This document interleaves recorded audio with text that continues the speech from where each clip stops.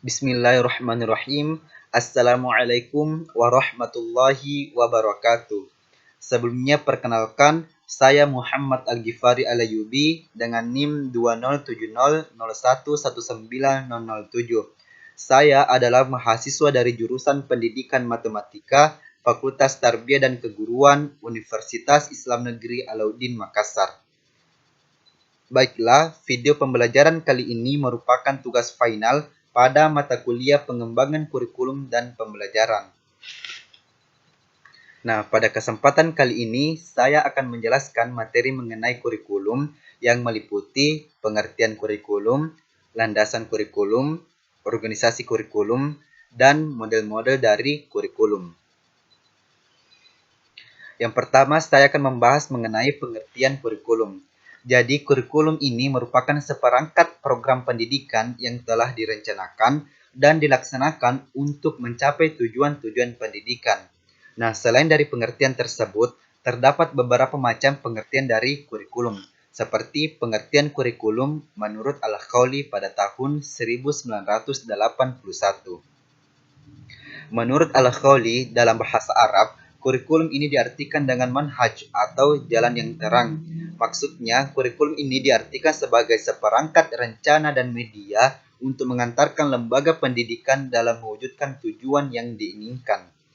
Nah, kemudian pengertian kurikulum di dalam Undang-Undang Sisdiknas nomor 20 tahun 2003, di mana mengatakan bahwa kurikulum ini diarahkan pada seperangkat rencana dan pengaturan mengenai tujuan, isi, dan bahan pelajaran, serta cara yang digunakan sebagai pedoman penyelenggaraan kegiatan pembelajaran untuk mencapai tujuan pendidikan.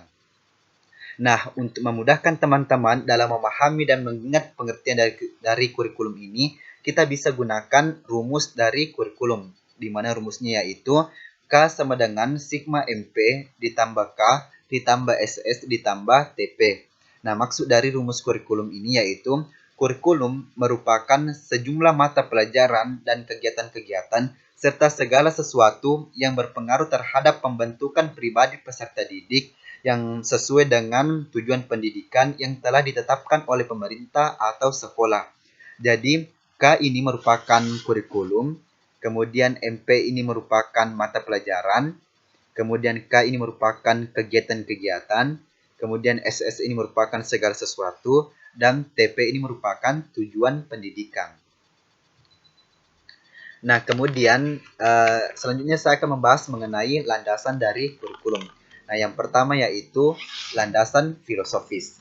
Jadi di dalam landasan filosofis ini itu membahas dan mengidentifikasi landasan filsafat dan implikasinya dalam mengembangkan kurikulum. Filsafat ini membahas segala permasalahan manusia termasuk pendidikan yang disebut dengan filsafat pendidikan. Filsafat memberikan arah metodologi terhadap praktik pendidikan, sedangkan praktik pendidikan ini memberikan bahan bagi pertimbangan filosofis. Nah, hal inilah yang menjadi landasan filosofis itu menjadi landasan yang penting. Nah, kemudian yang kedua yaitu landasan psikologis. Nah, di dalam pendidikan itu senantiasa berkaitan dengan perilaku manusia. Nah, dalam setiap prosesnya terjadi interaksi antara manusia dengan lingkungannya.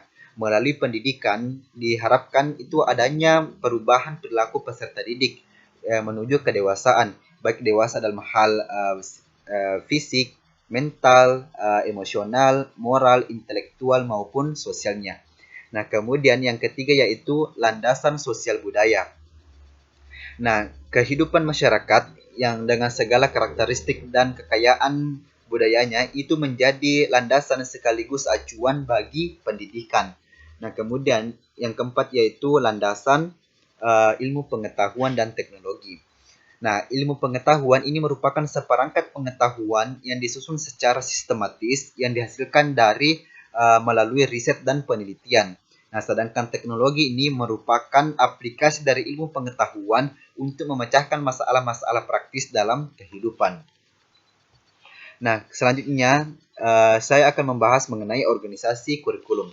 Nah, organisasi kurikulum ini merupakan suatu bentuk pola tataran materi atau bahan ajar yang akan disampaikan kepada peserta didik oleh tenaga pendidik yang disertakan dengan langkah-langkah pelaksanaannya. Hal ini dilakukan untuk mencapai tujuan kurikulum itu sendiri. Nah, selanjutnya saya akan membahas mengenai model-model dari kurikulum. Nah, jadi terdapat 3 macam model-model dari kurikulum. Yang pertama yaitu kurikulum ditinjau dari konsep dan pelaksanaannya. Kemudian kurikulum ditinjau dari struktur dan materi mata pelajaran. Dan yang terakhir yaitu kurikulum ditinjau dari pengembangan dan kegunaannya. Yang pertama, saya akan membahas mengenai kurikulum yang ditinjau dari konsep dan pelaksanaannya. Nah, ketika kurikulum ditinjau dari konsep dan pelaksanaannya, kurikulum itu terdiri dari 3 macam kurikulum. Yang pertama yaitu kurikulum ideal.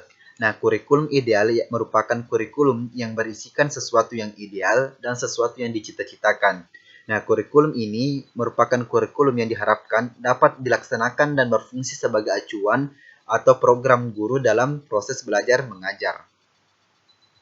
Nah, kemudian yang kedua yaitu kurikulum aktual.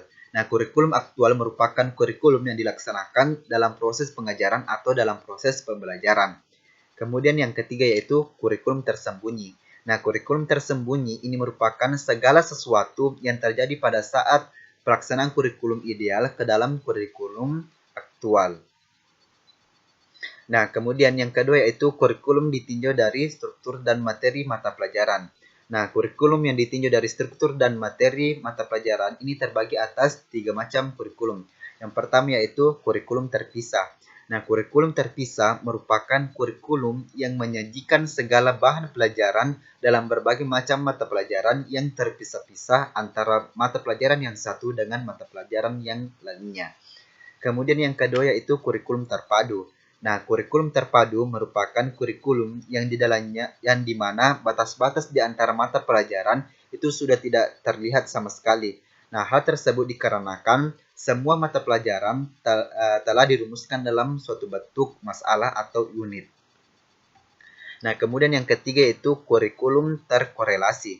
Nah, kurikulum terkorelasi ini merupakan kurikulum yang menekankan perlunya hubungan antara 2 atau lebih mata pelajaran tanpa menghilangkan batas-batas dari setiap mata pelajaran tersebut. Nah, kemudian yang ketiga yaitu kurikulum yang ditinjau dari pengembangan dan kegunaannya.